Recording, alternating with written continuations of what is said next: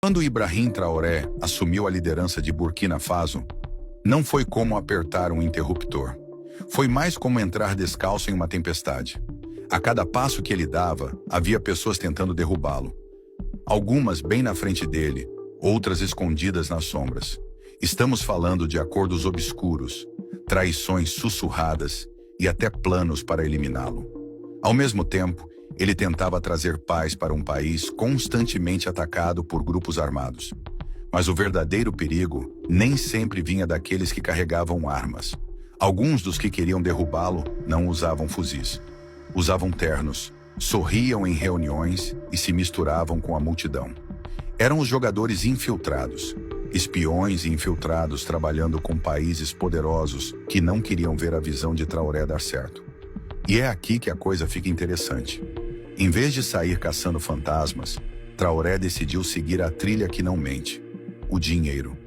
Ele convocou um grupo de especialistas financeiros e deu uma missão a eles: investigar os registros bancários de pessoas que antes eram figuras importantes no governo.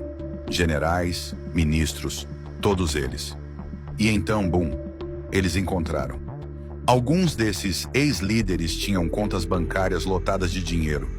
Estamos falando de quantias enormes, muito além de qualquer explicação, e as origens eram no mínimo suspeitas. As peças se encaixaram rápido. Mais de 100 indivíduos estavam secretamente trabalhando nos bastidores para desestabilizar o país. Quando seus nomes vieram à tona, suas contas bancárias foram bloqueadas na hora. Fim da brincadeira. Mas isso é só parte da história. Agora Traoré precisa decidir o que fazer com essas pessoas que ele desmascarou. E não se trata apenas de manter o cargo. É sobre proteger algo maior. Ele sabe que se cair, junto com ele vai o sonho pelo qual está lutando. E ele não está apenas chutando. A história já ensinou essa lição a Burkina Faso. É só olhar o que aconteceu com Thomas Sankara, o antigo líder revolucionário do país, traído por aqueles mais próximos a ele, eliminado antes da hora. Traoré decidiu: isso não vai se repetir. E isso nos leva a algo grande que aconteceu em 19 de novembro de 2024. Se você ainda está assistindo a este vídeo, é porque está curtindo. E aí, você acha que o povo de Burkina Faso tem sorte de ter um líder como Ibrahim Traoré? Comenta aí o que você pensa. Do nada, o chefe da economia de Burkina Faso, Dr. Aboubakar Nakanabo, lançou uma bomba. Ele assinou uma ordem de peso que sacudiu o país. A mensagem? Qualquer um que ajudasse os rebeldes com dinheiro, seja abertamente ou às escondidas, teria sérios problemas. Veja bem, esses rebeldes não são só combatentes aleatórios. São os mesmos que vêm tentando, repetidas vezes, eliminar o capitão Ibrahim Traoré, o homem que hoje lidera o país. O objetivo deles é bem claro: espalhar o caos, desestabilizar o governo e abrir caminho para que potências estrangeiras entrem e tomem o controle. Mas a equipe de Traoré não ficou de braços cruzados esperando. Com o apoio do exército, o governo rapidamente congelou as contas bancárias de 2 organizações e de 113 pessoas. Isso mesmo, 113º. O dinheiro delas bloqueado num estalo. As operações cortadas na raiz. Mas o que mais chocou não foi só o congelamento. Foram os nomes nessa lista. Nomes que ninguém esperava. Pessoas que antes estavam próximas do poder, que apertaram mãos sob os holofotes, sorriram em fotos e posaram de aliados leais. E um nome deixou todo mundo de queixo caído: Tenente Coronel Paul-Henri Sandaogo Damiba. Sim, esse mesmo. O homem que derrubou o presidente eleito de Burkina Faso e assumiu o poder em 2022. Mas não durou muito. Meses depois, Traoré se levantou e o removeu, forçando Damiba a fugir para o exílio no Togo. A maioria achava que ele tinha sumido do mapa, aposentado, só observando de longe. Mas ao que tudo indica, estava longe disso. Segundo autoridades, Damiba andava ocupado, supostamente passando informações sigilosas para grupos rebeldes e agentes estrangeiros, tentando sacudir o país pelas sombras. Dizem que ele até participava de um novo plano para eliminar Traoré de vez. Agora, o governo quer ele de volta. Conversas com o Togo estão em andamento para extraditá-lo e levá-lo a julgamento. Mas se eles vão entregar, isso ainda é incerto. E Damiba não é o único rosto conhecido pego nessa rede. Esse último movimento do governo burkinense revelou uma longa lista de figuras de destaque acusadas de tentar derrubar a liderança de Traoré por dentro. E não estamos falando de gente que só reclama nos bastidores. São ex-integrantes do governo, altas patentes militares, nomes da mídia, políticos influentes. Todos supostamente ligados a uma rede clandestina criada para desestabilizar o Estado. Um dos nomes mais pesados dessa lista, General Djibril Bassolé, um homem que já foi uma figura importante tanto no meio militar quanto diplomático.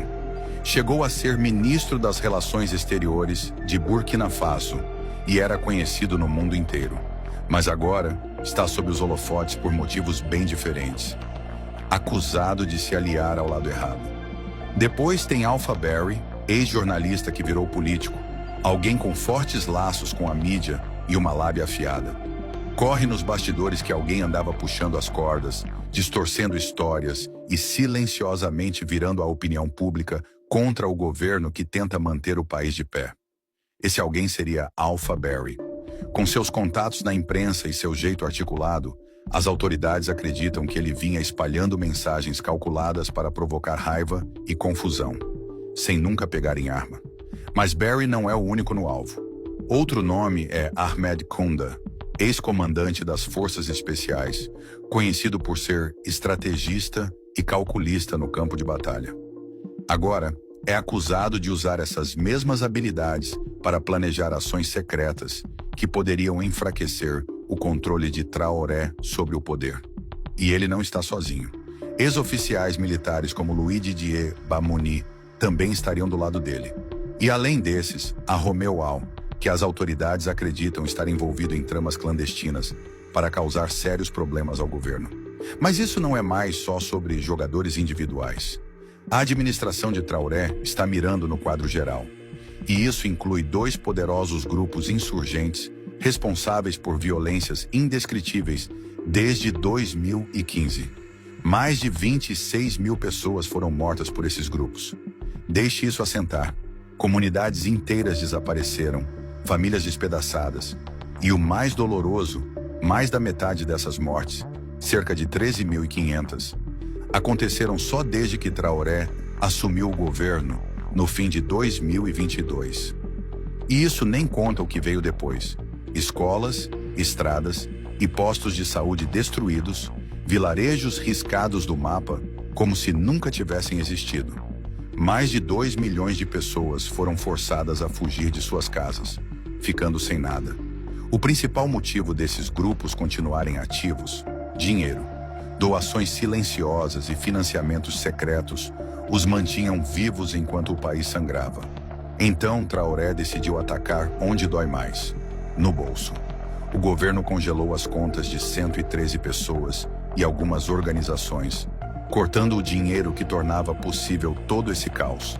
Sem dinheiro, esses grupos não conseguem comprar armas, pagar combatentes ou espalhar medo como antes. E, enquanto eles estão fracos e tentando se reorganizar, a próxima fase entra em ação. Segundo relatórios, as forças de elite de Burkina Faso estão se preparando para missões secretas. Ataques pontuais destinados a acabar de vez com esses grupos, enquanto ainda estão se recuperando do golpe financeiro. É uma mudança ousada da defesa para o ataque total. O objetivo? Extirpar o problema pela raiz. E aí as coisas ficam ainda mais interessantes. Algumas das contas congeladas estavam lotadas. Estamos falando de pilhas de dinheiro supostamente enviadas por patrocinadores estrangeiros poderosos, tentando comprar lealdade e romper o país por dentro. Agora comenta-se em usar esse dinheiro de forma muito melhor. Equipar finalmente os soldados de Burkina Faso, que há anos lutam sem nem o básico. Hoje o exército está sobrecarregado e soldados em zonas de guerra chegaram a sobreviver comendo folhas. Isso mesmo, folhas. O capitão Traoré não tem feito rodeio sobre quem ele responsabiliza. Ele criticou líderes passados por deixarem as coisas desmoronarem, dizendo que se importaram mais com o poder do que em proteger o povo. Agora, ele está tentando inverter essa história. E rápido. Um passo importante: a proibição de viagem para 113 pessoas ligadas à rede financeira. Isso significa nada de fugir do país, nada de se esconder no exterior. Se o governo precisar de respostas, saberá exatamente onde encontrá-los. Mas há um nome que todos continuam sussurrando: Paul-Henri Sandaogo Damiba. O homem que Traoré derrubou. Alguns dizem que é ele quem está puxando as cordas por trás de tudo isso. Agora Burkina Faso está em negociações intensas com o Togo, tentando trazer de volta o homem que muitos acreditam ser o mentor por trás de um plano perigoso. Mas se ele realmente será entregue, isso ainda está no ar. Na política africana, figuras poderosas nem sempre enfrentam as consequências. Tem amigos influentes, conexões que atravessam fronteiras, o suficiente para escapar pelas brechas. Mas dessa vez, talvez seja diferente. O capitão Ibrahim Traoré e sua equipe parecem determinados a mudar esse velho padrão. Nada de se esconder atrás de títulos. Nada de fugir da responsabilidade. E isso não se trata apenas de limpar a casa ou punir uns poucos culpados. O que está em jogo é uma rede enraizada de corrupção, espionagem e interferência estrangeira. E desmontá-la não é trabalho de um dia, é uma missão completa. E há uma grande pergunta no ar. Será que Traoré conseguirá derrotar a maior ameaça ao seu governo antes que seja tarde demais? O que começou como uma disputa local por poder, agora explodiu em algo muito maior. Segundo o ministro da Segurança Nacional de Burkina Faso, Mahamadou Sana, isso não era apenas um grupo de ex-líderes frustrados se reunindo em segredo. Era uma conspiração em larga escala, e não parava nas fronteiras de Burkina Faso. Relatórios de inteligência dizem que a trama se estendia até Gana, Nigéria e Costa do Marfim, onde alguns dos principais envolvidos estavam se organizando discretamente, longe dos holofotes. De lá, em zonas seguras, trabalhavam em um objetivo comum: derrubar o capitão Traoré e desmontar seu governo, peça por peça. E no centro de tudo isso, Paul-Henri Sandaogo Damiba. Isso mesmo, o mesmo Damiba que Traoré tirou do poder em 2022. O mesmo que agora vive no Togo e que muitos acreditavam ter deixado a política de lado. Pelo visto, nunca saiu de cena. Autoridades dizem que Damiba estava atuando nos bastidores o tempo todo. Mas ele não estava agindo sozinho. Segundo denúncias, ele teria montado uma equipe que incluía ex-parlamentares, ex-ministros e até alguns influenciadores da mídia. Juntos começaram a espalhar histórias direcionadas, tentando virar a opinião pública contra Traoré, enquanto também arrecadavam dinheiro de doadores locais e estrangeiros. Mas aqui está o detalhe que tornou isso muito mais do que uma simples disputa política. A conspiração supostamente se aliou a grupos insurgentes violentos. Grupos conhecidos em todo o Sahel por ataques brutais e táticas de terror. Segundo os investigadores, esses grupos não estavam apenas assistindo de longe. Eles receberam ferramentas, alvos e apoio. A missão deles: criar caos, espalhar medo e atacar onde mais doeria. Civis, bases militares e até marcos do governo. As autoridades dizem que eles tinham mapas e planos, detalhando exatamente o que queriam atingir. Uma base militar perto de Manga, o centro de operações de drones e até o Palácio Presidencial. O objetivo não era complicado: lançar ataques rápidos e agressivos, amedrontar a população e fazer a liderança de Traoré parecer que estava desmoronando sob pressão. Mas balas e bombas não eram suas únicas armas. Os investigadores afirmam ter descoberto uma estratégia de mídia bem articulada. A ideia era bombardear a opinião pública com mensagens sugerindo que Traoré estava perdido, que ele não conseguia manter o país seguro. Se as pessoas acreditassem nisso, poderiam começar a duvidar, a pedir por outra liderança, qualquer um que fosse. E foi assim que o plano deveria se desenrolar: violência, medo, confusão e então um golpe de poder. Não era só política, era um jogo de poder em outro nível. E não se tratava de uma tentativa apressada de golpe de última hora. Foi algo meticulosamente planejado, ao longo de meses, cada peça organizada para atingir de forma rápida, violenta e simultânea. Depois veio um grande avanço. Algumas prisões no vizinho Níger acabaram revelando os bastidores. Durante os interrogatórios, os suspeitos teriam contado os detalhes. Há quanto tempo tudo estava em movimento, quem estava envolvido, como o dinheiro circulava e qual era o verdadeiro objetivo final. Em resposta, o governo de Traoré deu início a uma grande operação de contra-ataque para eliminar o que restava dessa rede. As autoridades de Burkina Faso começaram a pedir que as famílias dos supostos conspiradores se apresentassem com qualquer informação, por menor que fosse, e alertaram a população para se manter vigilante, caso algum dos envolvidos tentasse se esconder em meio ao povo. Mas vamos deixar uma coisa clara: isso não se trata apenas de impedir uma tentativa de golpe. De acordo com o capitão Ibrahim Traoré, é muito maior. É sobre limpar o país da corrupção, responsabilizar traidores e dar um recomeço a Burkina Faso. Ah, e se você ainda está assistindo a este vídeo, claramente ficou interessado. Então já deixa seu like antes da gente seguir, porque agora a coisa fica séria. Por meses, rumores de interferência estrangeira no caos de Burkina Faso foram tratados como teoria da conspiração. Mas agora, essa conspiração começa a parecer um plano cuidadosamente montado. Um plano sombrio, bem calculado, cujo objetivo era abalar Burkina Faso de dentro e de fora, ao mesmo tempo. Países como Mali e Burkina Faso já acusaram a França de alimentar as chamas da insurgência na região. Mas novos relatórios sugerem que a meta não era só provocar o caos. Era trocar Traoré por alguém mais conveniente, alguém disposto a jogar conforme os interesses estrangeiros. A estratégia: usar grupos rebeldes como peças de xadrez, armá-los, fortalecer sua confiança e então liberar uma onda de violência. O país ficaria afogado em pânico e instabilidade. O povo desesperado por segurança e calma. E nesse momento, boom, Paul-Henri Sandaogo Damiba faria seu retorno.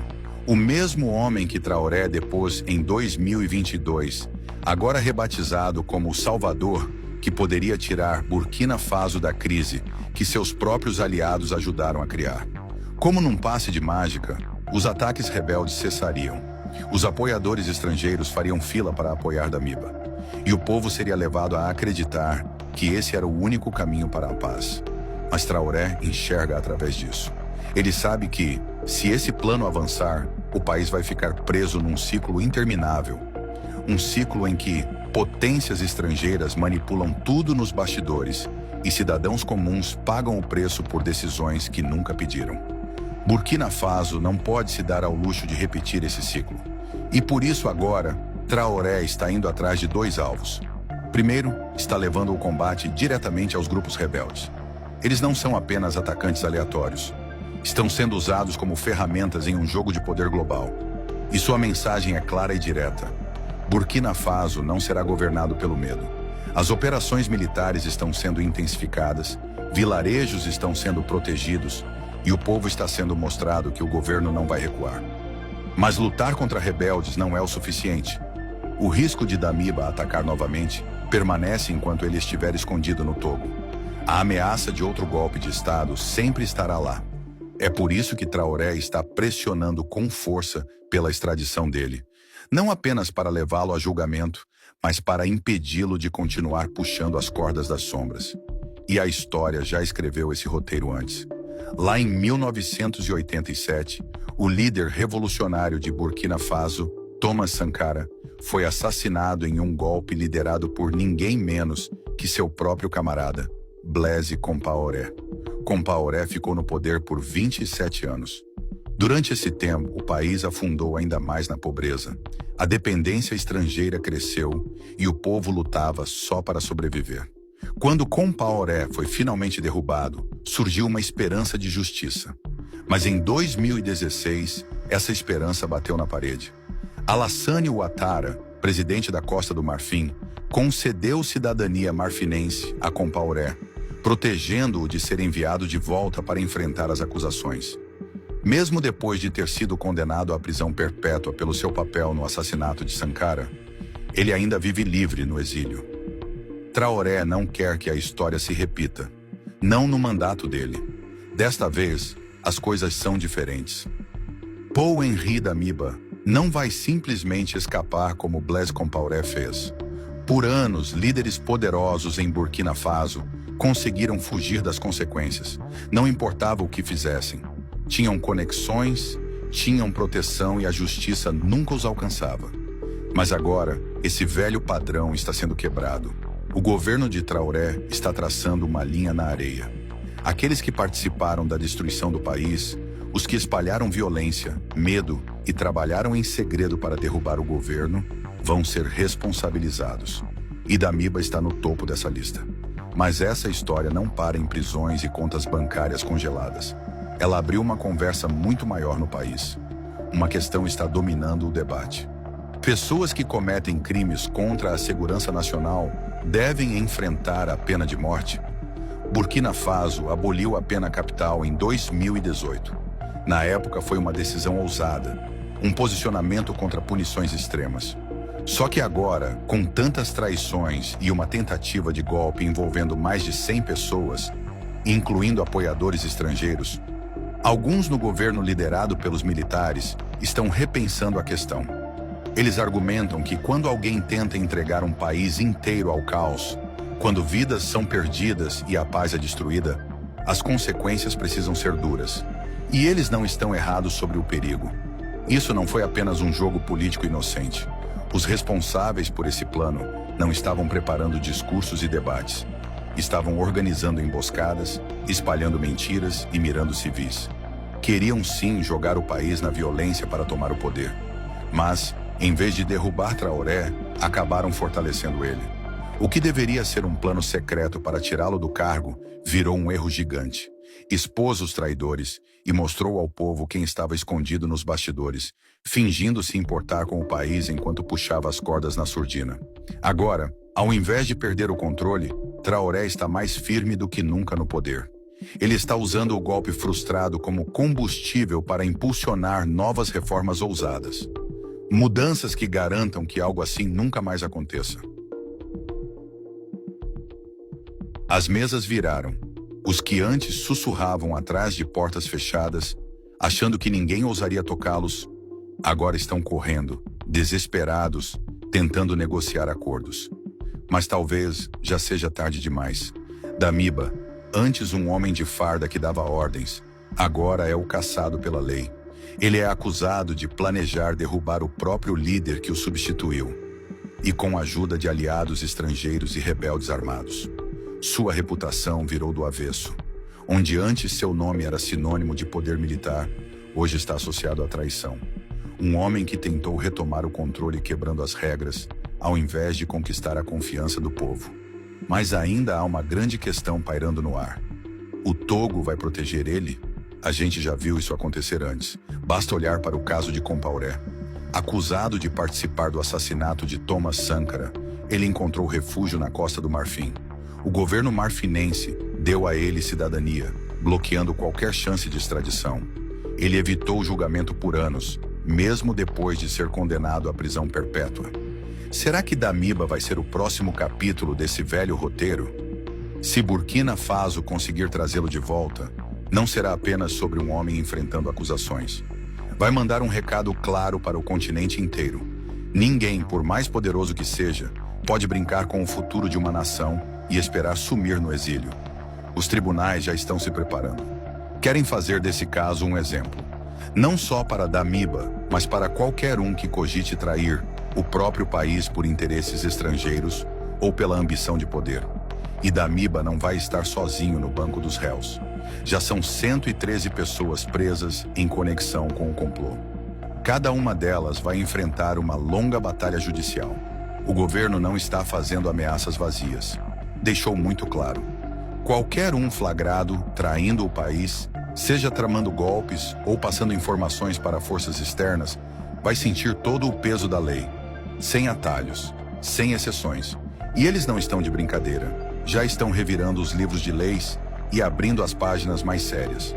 Uma delas, a Lei 025-208, faz parte do Código Penal de Burkina Faso. Ela não usa diretamente o termo sedição, mas descreve exatamente o que acontece com quem tenta sabotar a segurança nacional. Traição, espionagem, tentativa de derrubar o governo, crimes que costumam render longas penas de prisão. Mas agora tem outra coisa na mesa.